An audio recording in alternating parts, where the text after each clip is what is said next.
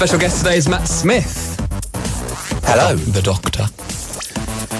So the first two episodes have gone out on BBC One. Yes. And it was a two-parter. It was indeed. It was quite scary. Yeah, it was. Very, very scary. They're creepy, aren't they? I mean, for 6 o'clock in the evening, man. I know. I mean, they're little kids. I know. But I do think that's sort of one of the great virtues of the show is that I think it's good for children to be scared in dramas like that. I know that sounds terrible, but it is, because it sort of makes you know you're alive. It's one of your memories when you're little, when you were really frightened and you're watching Doctor Who. And that little granny in the toilet. You know, she got killed. I know, zapped. She got zapped. And then she disintegrated. Yeah. Onto just ribbons of clothes. I know. Yeah, it was quite frightening. I know. I was quite frightened. I love that scene, actually. Now, a lot of Doctor Who fans will want to know what's going on with the relationship, because traditionally the Doctor doesn't normally, engage in stuff. Now I wish the webcam was on you then, not me, because there was a wonderful. No, we can't repeat what I just did with my finger in my hand. Alas. Yes, well, but if I told you any information, I would have to come over there and kill you, and I don't want to because I like you. Yeah. Well, go on, ask away, and I'll tell you. I will tell you what I can, my man. What the hell's going on with River? I want to know. Wow, that is a big question, isn't it? It's an amazing idea. So for people who haven't maybe watched this series yet, watch it on the iPlayer. Explain what's happened with this character. With River Song? Oh gosh. Well, the first time the Doctor met her, she died, and then she's come back under this the kind of new tenure of Mr. Stephen Moffat, and she is, we don't know what she is. She sort of swoops in and swoops out and causes the Doc all kinds of havoc and madness and saves his life on numerous occasions. But she knows more about his future than he does, which for the Doctor is a very strange and bizarre concept, because he usually knows the most, so he finds it infuriating. And therefore it hopefully creates for quite a sort of funny and flirtatious, and it makes the Doctor uncomfortable, which I think is good, because not a lot does.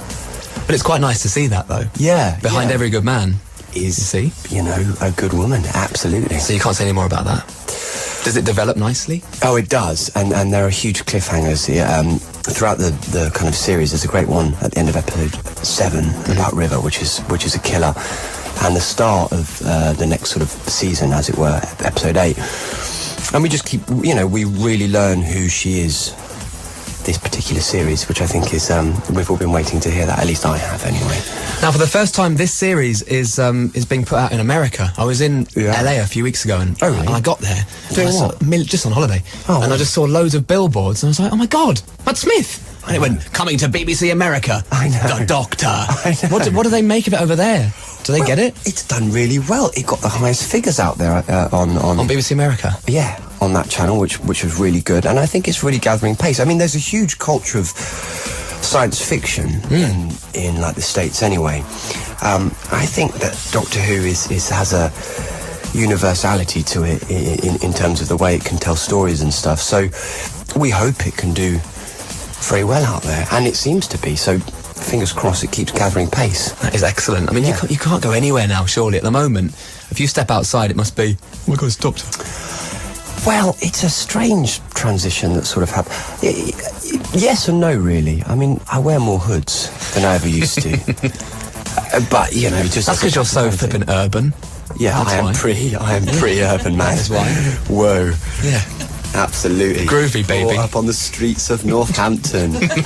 Massive.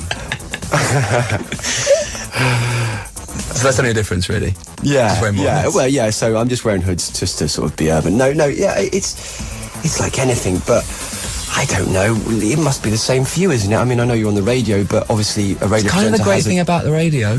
And yet there's a bigger profile now, isn't there, to radio presenters than there ever was. Look at Fern and Chris and... Yeah, well, the website is huge. Yeah. So a lot of people watch the stuff on there, I suppose, but I imagine it's not quite as big as as the Doctor steps out. Yeah. And I guess the thing with Doctor Who is it sort of crosses generations, doesn't it? Yeah. It was great, though. I mean, I had sort of Sunday lunch in a pub last week, and I met a girl called Maddie and a girl called Harmony, and they must have been about, I don't know, 8 or 9, and then she had this friend called Charlie, who was about 5. I had a good chat with them about, they just came up and they were really like, you know, ecstatic because they were meeting Doctor Who and that's cool. There you were in your hood. No, well, yeah. Peel the hood back. Yeah. It's me. Oh, no, yes. I was just hanging in the corner. Anyway, but I had a really good, insightful chat with, you know, children aged 11 to 5, respectively, and I learnt a lot about the Doctor and Doctor Who and the world and things like that when it's cool, you know. I just think it's so cool to be part of such an iconic show. I mean, forever you can go, I was the Doctor. That's it. I used to be. Doctor Who. I'm not thinking when you're 70 you won't still be the Doctor, you know what I mean? That sketch, what was that show with the puppets? Spitting Image. Oh, okay. Did you watch it? Yeah. I was Prime Minister once. That'd be you. Yeah. I was the Doctor once. No, probably. Stephen Moffat always says, listen, it's never going to be this again, it's never going to be... Because it is, you know, I think Doctor Who's just cooler than anything else. So. It is. Well, it's the biggest... I was thinking about it today, I think it's the biggest acting role you can have, apart from maybe Inspector Barnaby on Midsummer Murders. Massive. You know? So that you've got that to aim for. Yeah. Midsummer Murders is one of my favourite shows. Yeah, hey, listen, hey, you know, I'm down with Midsummer Murder. When is that on? Is that on, like, in the afternoons? It's on in the evenings on a Sunday. New episode's currently Wednesdays at 8. Right, but you can catch it of an afternoon. Of an afternoon, and sometimes of a day on Sunday afternoons on ITV4. You go for a Midsummer Murders omnibus. There's a lot of them. Wow. Yeah. That is dedication. I had it on Series Link, and I'm not talking about this. I had it on Series Link, and I got back, and I checked there were 82 episodes on there to watch. Yeah, I've got a backlog. Fill a pot round. Yeah, sure.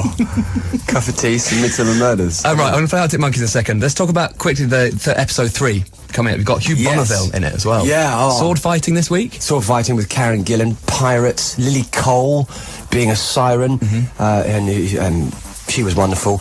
And I think it's a real romp, it's a real adventure, it's real sort of classic Doctor Who, and you know, you sort of land and you lift off, and you're off, and it's pure adventure, you know, and it feels quite rompy and piratey, and has a great sense of the swashbuckle to it. And Hugh is a fine actor, and he just was wonderful to work with, and really turns in a great performance, as does Miss Cole, who was also doing her finals at Cambridge. Oh, wow. Yeah. Okay. So that is Saturday, 6:15 on BBC One, next episode of Doctor Who. Yes. Play Arctic Monkeys, and I've got the game to play after this, all right?